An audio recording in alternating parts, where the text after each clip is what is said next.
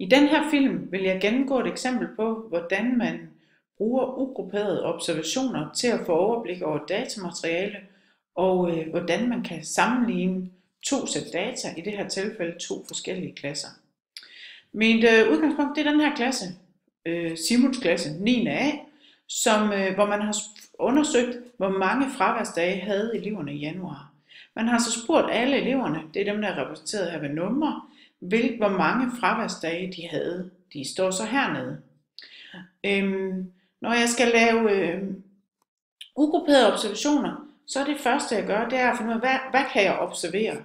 Ja, jeg kan observere 0 fraværsdage, jeg kan observere 1, 2, 3, 4, 5, 6 og op til 7 fraværsdage. Det vil sige, det er det, jeg kan se i den her klasse. Så er spørgsmålet, hvor mange har så de forskellige? Ja, så kan jeg give mig til at tælle 1, 2, 3, 4, 5. Der er 6 elever, der har 0 dage. Og det er sådan et stykke benarbejde, man skal lave. Og når man har gjort det, så ender man med at have det, der hedder man ender med at have en oversigt over observationer og deres hyppigheder. Der er altså 6 elever, der var væk 0 dage, 5 elever, der var væk 1 dag, 5 elever, der var væk 2 dage, osv. Og lægger jeg de her tal sammen, bruger WordMath, så kan jeg faktisk også lige tjekke, hvor mange elever er der i den her klasse. 24, kan lige tjekke. Ja, der var 24 elever. Det passer med det, de observationer, jeg har talt op. Så bruger man rigtig tit inden for observationer også at lave det, der hedder summeret hyppighed. Summeret hyppighed, det er der, hvor man lægger dem sammen efterhånden, som man kommer nedad. Jeg har 6 elever, der har 0 fraværsdage eller derunder. Jeg har 6 plus 5, altså 11 elever, der har 1 fraværsdag eller derunder. Jeg har 16 elever, hvis jeg lægger de her 3 tal sammen, så har jeg 16 elever, der har 2 fraværsdage eller derunder. Og sådan bliver jeg ved. Og det ender også med at give 24, for det er jo det, jeg havde i alt. Så summeret hyppighed, når vi har lagt dem sammen. Jeg kan kigge på et tal og sige, der er 22 elever, der har 5 fraværsdage eller derunder. Så kommer frekvens. Frekvens, det er, når vi regner vores hyppigheder op i procent. Og det er smart, fordi i den her klasse er der 24 elever, og hvis vi nu skal sammenligne med en klasse, hvor der er 28 eller 18, så bliver vi nødt til at sammenligne i procent. Så jeg skal have fundet ud af frekvensen, og det gør jeg simpelthen igen med hjælp af WordMath. Jeg er ved at tage de elever, der har observationen 0, altså der er 6 elever ud af de 24, og jeg vil gerne lige lave det om procent, så gange med 100 i det her tilfælde.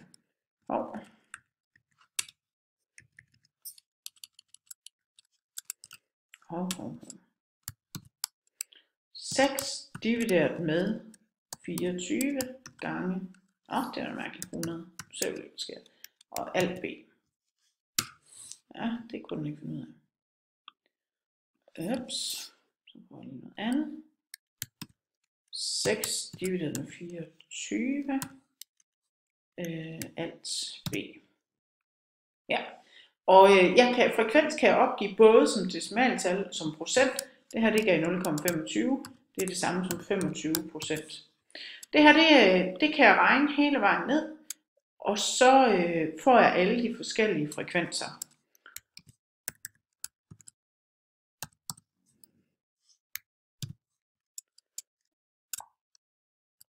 Nu kiggede jeg forkert. Det var jo ikke 11 her. Skal stå 5.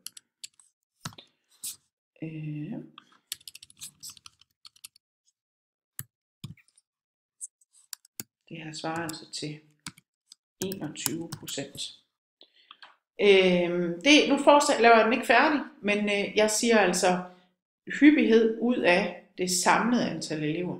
Så kommer summeret frekvens, det er fuldstændig ligesom summeret hyppighed. Jeg lægger sammen, hvad jeg har undervejs, og for at se, hvor mange procent, der har et givet antal dage og derunder. Så det her, det er det, der hedder en hyppighedstabel med summeret hyppighed, frekvens og summeret frekvens.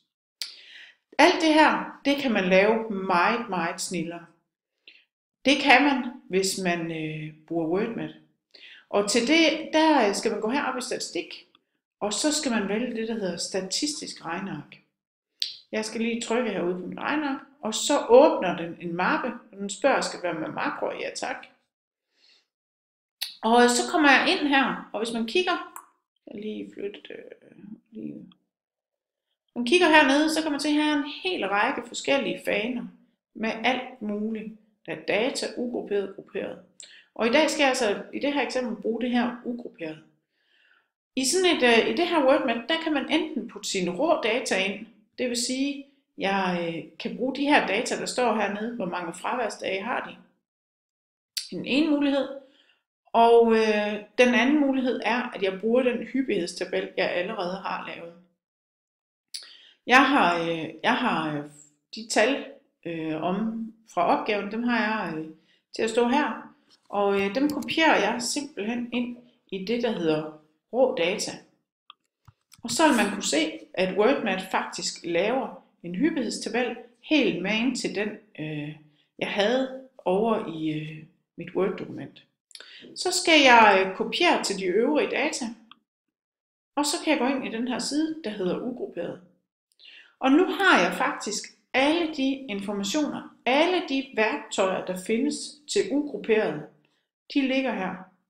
Jeg har herude mine observationer, jeg har mine hyppigheder, jeg har min procentvis fordeling, og jeg har min kumulerede frekvens, det er det samme som summeret frekvens. Så har jeg mit kvartilsæt. Jeg kan se den 25%, 50%, som også hedder medianen, og jeg kan se 75%, der hedder tredje kvartil. Jeg kunne også lave en anden. Jeg kunne selv finde på nogen. Det vil vi ikke arbejde med i dag. Så kan jeg også se middeltallet. Middeltallet er det samme som gennemsnittet. Og jeg kan også se, hvor stor sådan et spredningstal, det skal vi ikke arbejde med. Det springer vi over. Det, der er også smart, når man bruger WordMath, det er, at WordMath kan hjælpe en med at holde styr på, hvilke diagramtyper hører til hvilken type statistik. Til ugrupperede observationer bruger man pindediagram, boksplot og trappediagram. Pindediagrammet siger, ja, hvis jeg går ind på det her total, så siger den, 2 fraværsdage er der 5 elever, der har. 4 fraværsdage er der 2 elever, der har. På trappediagrammet kan jeg se mine deskriptorer. Jeg kan se, at medianen, altså 50% af eleverne, har 2 fraværsdage eller derunder.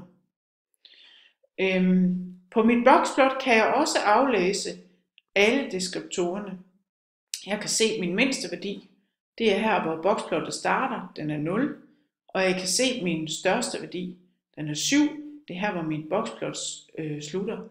Og trækker jeg de to tal fra hinanden, så får jeg min variationsbredde, som altså er 7. Så er der den her kasse midt på. Den bliver dannet af kvartilsættet. Det betyder, at den første streg her, det er den nedre kvartil, svarende til, at 25% af eleverne har en halv fraværsdag. Ja. Og den her midt i, det er medianen, svarende til, at halvdelen af eleverne har 2 fraværsdage eller derunder. Og det her, det er min tredje kvartil. 75% af eleverne har altså 3 fraværsdage eller derunder. Jeg tager lige det her boksplot med mig over i mit Word-dokument, fordi lige om lidt, så vil jeg nemlig sammenligne 2 forskellige klasser fra det her opgavesæt. Så det her, det er jo 9. A. Ups.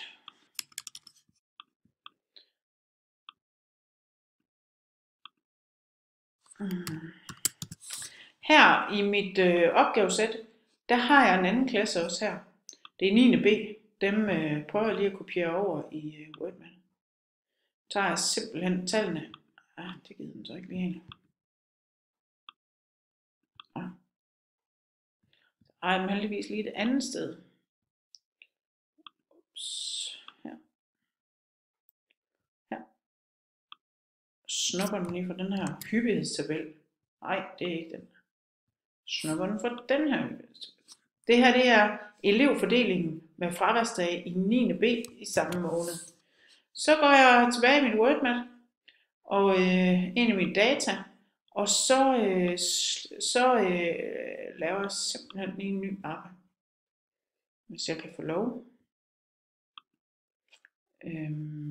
Laver et nyt statistikregneark over i mit WordMat med makroer. Ja tak.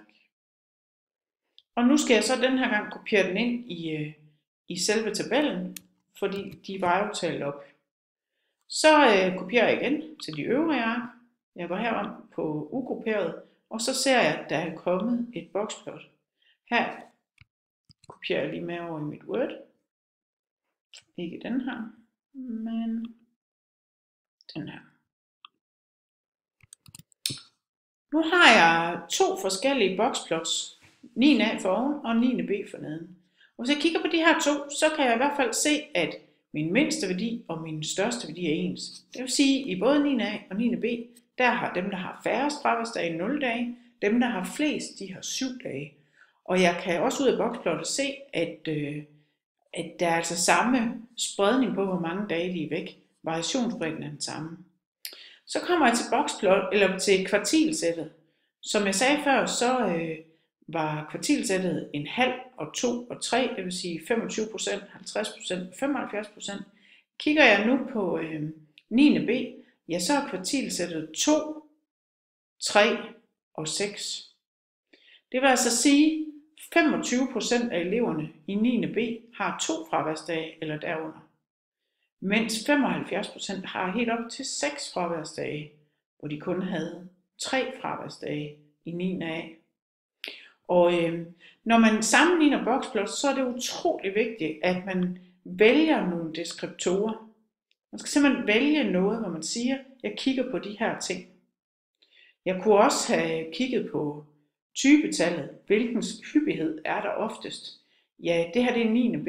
Der er det typisk tal. Det er 2 eller 3 fraværsdage, for det er der flest, der har. Kigger jeg derimod på 9. A, så er det typiske antal sygefradage faktisk 0, for der er 6 elever, der har 0 fraværsdage. Jeg kunne også kigge på gennemsnittet. I 9. A er gennemsnittet cirka 2, middeltallet. Og går jeg tilbage ind i 9. B, så kan man se, at gennemsnittet er 3,5, lidt over 3,5. Så hvis jeg skal konkludere på de her to sæt data, altså de her to klasser, så kan jeg både ud fra mit boxplot, ud fra typetal og ud fra mit middeltal sige, at der er væsentligt mere fravær i 9. B end i 9. A.